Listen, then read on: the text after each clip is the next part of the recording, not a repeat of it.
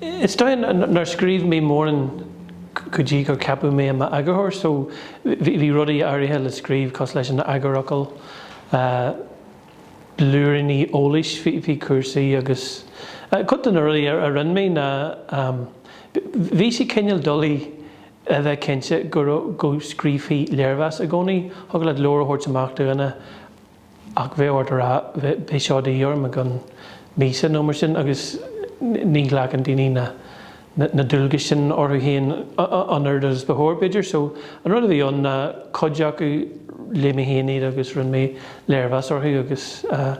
bhí sin anta spéisial nó ag léú le bheith ag scríbhí rud bhí sin anta jazz. Maidir leis na hagaracal bhí méid caintear go leor rudaí agus beidir an mana a bhí agam na léon rud fan ghrian ar cordún bheith ag scríbhí agus sin an rud a raníart a dhéanú, so